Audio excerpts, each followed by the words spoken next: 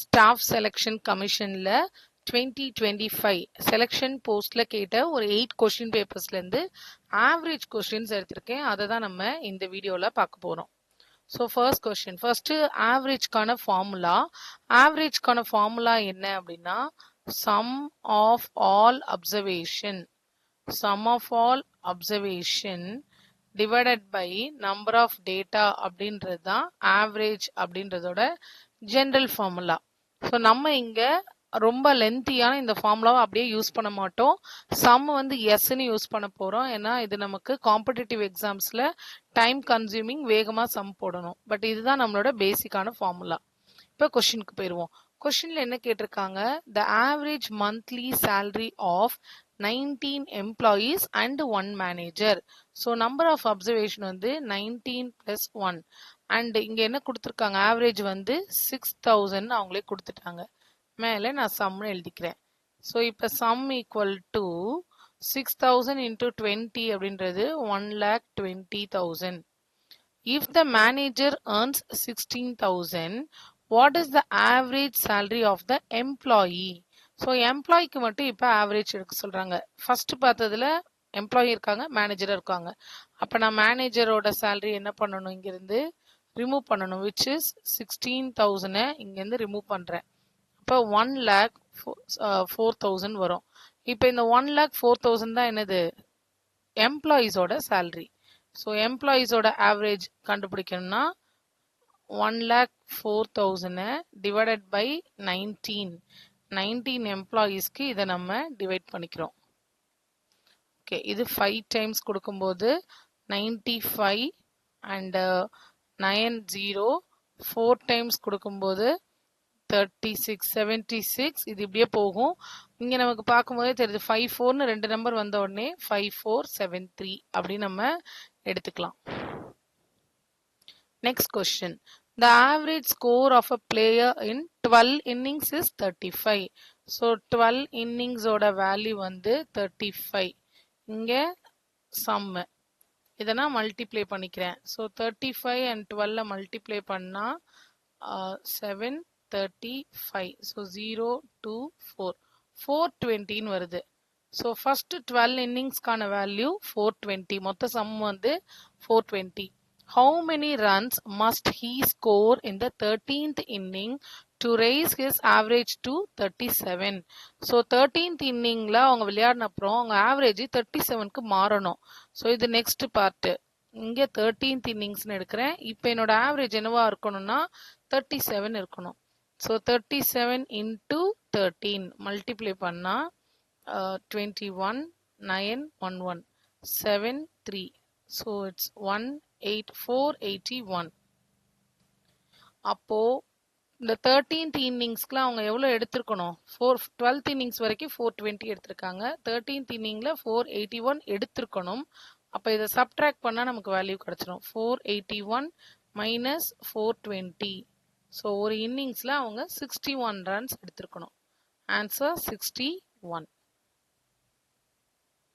Okay, next, average of 15 numbers is 50. So sum divided by 15 numbers is 50. இங்கிருந்து sum equal to 15 × 50 which is 750. first part.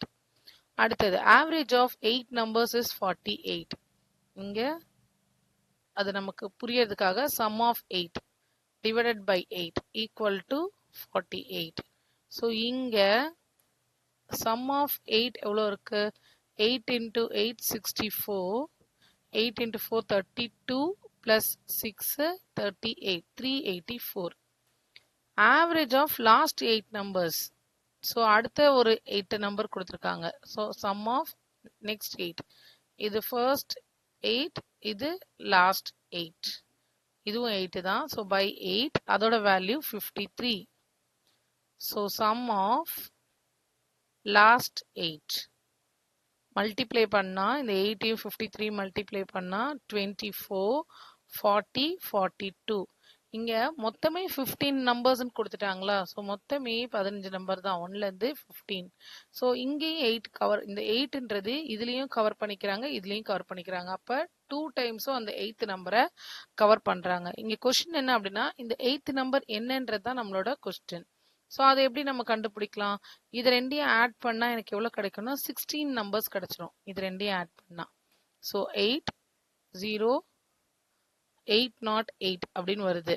15 நம்பர்ஸோட some 750 தானே. அப்போ ஒரு number எக்ஸ்ட்ராவா இருக்கிற number எவ்வளவு இருந்திருக்கும்? 808 minus 750 which is 58.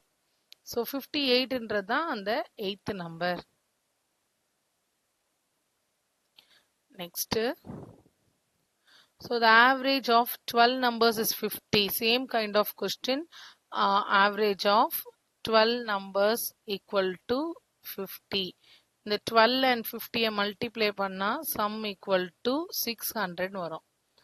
Average of first 5 numbers 45. So sum of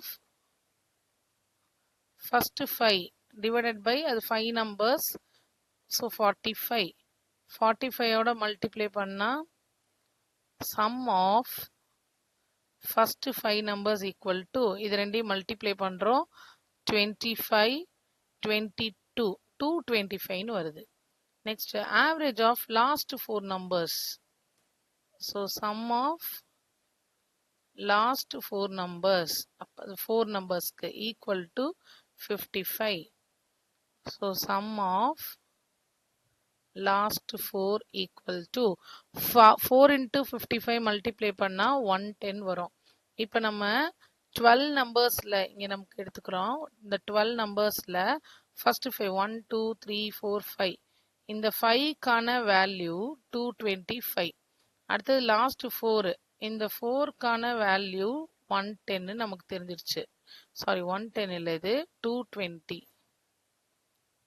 So 220 தெரிஞ்சிருச்சு. 1 second. Okay. It's 220.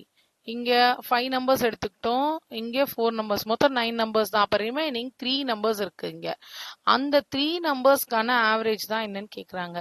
So அந்த 3 நம்பர்ஸ் என்ன பண்ணும்? இது ரெண்டையும் ஆட் பண்ணி என்னோட டோட்டல் வேல்யூல இருந்து சப்ட்ராக்ட் பண்ணிக்கலாம். இது 445. சோ 600ல இருந்து remaining 3க்காக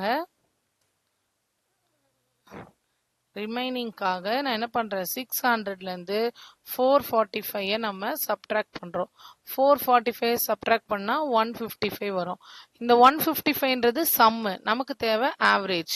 So average equal to 155 divided by 3 which is 51 point அப்புறம் 20 means 6 அப்படின்னு போயிட்டே இருக்கும். 666 போகும்.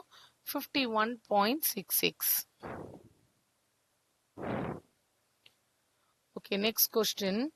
The average of 5 numbers. So, ஒரு 5 numbers. Sum of 5 numbers equal to 20 கொடுத்துட்டாங்க.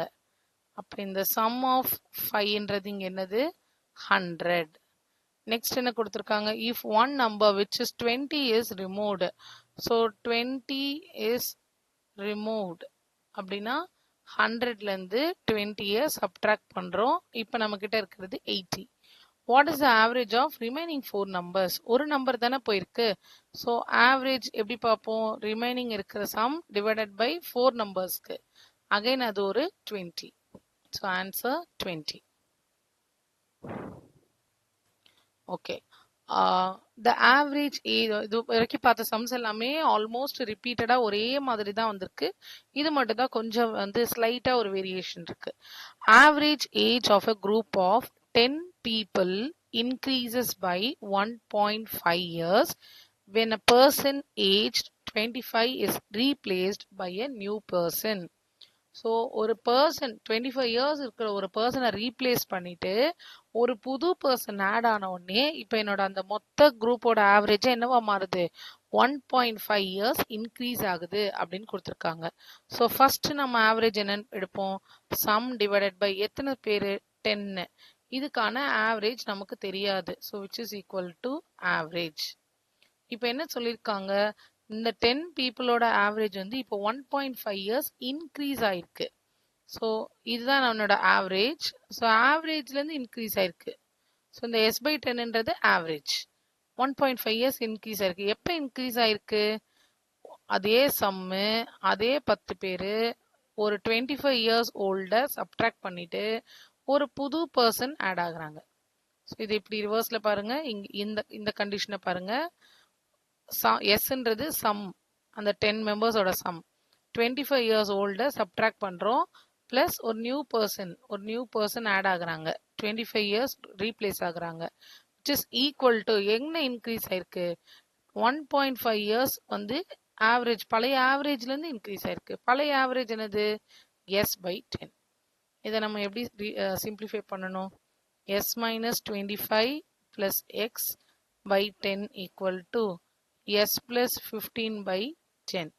ரெண்டு பக்கம் 10 இருக்கிறதுனால அதை கேன்சல் பண்ணிடலாம். S minus 25 plus X equal to S plus 15. S is cancel. So X is equal to minus 25 இங்கே வரும்போது 15 plus 25 which is 40. So value, question என்ன? Find the age of a new person. New person ஓட age வந்து 14 வந்துருச்சு. Okay, ஏற்கனவே போட்ட ஒரு some பேட்டர்ன்லயே தான் இருக்கு. A cricketer has an average of 45 runs in 14 innings. So sum divided by 14 inningsல வந்து average எவ்வளவு வந்திருக்கு? 45 வந்திருக்கு. So 45 into 14. 1845. So 0, 3, 613 வருது. 630 runs எடுத்திருக்காங்க 14 இன்னிங்ஸ்க்கு. How many runs must he score in the 15th inning to increase the average to 47? So sum by 15th inningக்கு 47 average வரணும். So 47 into 15, 23 and 47, 5, 705. So 705 runs வந்ததுன்னா அந்த average 47 இருக்கும். அப்ப எவ்வளவு ரன்ஸ் எடுக்கணும்? 705 minus 630 which is 75 runs. ஒரு இன்னிங்ஸ்ல 75 runs எடுத்தா average 15th இன்னிங்ஸ்க்கு 47 வந்திருக்கும். Okay, next question. The average age of a group of 30 students. So 30 students ஓட ஏஜ் வந்து 18 years சொல்லியிருக்காங்க. இங்க இருந்து இதோட சம் எடுத்துக்கலாம். So sum equal to 18 into 3. So 0, 2, 3, 5. 514 வந்திருக்கு. If a student age 12 years leaves the group, what will be the new average age? So இங்க 12 years இருக்கிற ஒரு ஸ்டூடெண்ட் போயிட்டாங்க. So 12 years leaves. 12 years leavesனா என்ன வரும்? 540 minus 12. So 540ல 12 போயிருச்சுன்னா 528 வரும். இப்போ நியூ ஆவரேஜ் எத்தனை ஸ்டூடெண்ட்ஸ் இருந்திருப்பாங்க? 528 divided by 29 ஸ்டூடெண்ட்ஸ் தான் இருந்திருப்பாங்க. முதல்ல 30 ஸ்டூடெண்ட்ஸ் இருந்தாங்களா, இப்போ 29 தான் இருப்பாங்க. அப்போ 528 இங்க 29 ஆல் டிவைட் பண்றோம். So 1 times 29, 4, 3, 1, 8. ஸோ 29னா ஆல்மோஸ்ட் 30. 30ன்னும் போது 4 times நம்மளால பண்ண முடியும். ஓகே,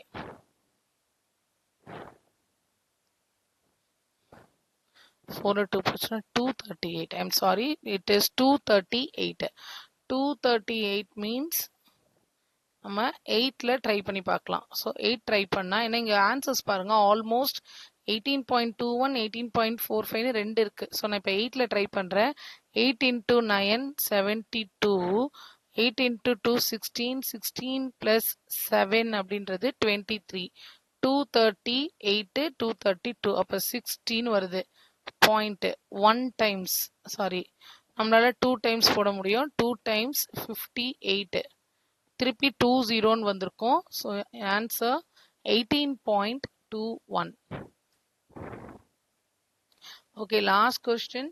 இப்போ நீங்க இந்த ஆவரேஜ்ல இருந்து இந்த கொஸ்டின்ஸ்லாம் பார்க்கும்போது உங்களுக்கு தெரியும் ஆவரேஜ்ல இருக்க கொஸ்டினை நம்மளால ஈஸியா கிராக் பண்ண முடியும். ஏன்னா ஆல்மோஸ்ட் ரிப்பீட்டடா ஒரே மாதிரி தான் இருக்கு கொஸ்டின்ஸ் எல்லாமே. The average of 7 numbers is 40. So sum divided by 7 equal to 40. அப்போ sum equal to 280. The average of first 4 is 35. So sum of 4, first 4 equal to 35 னு வருது.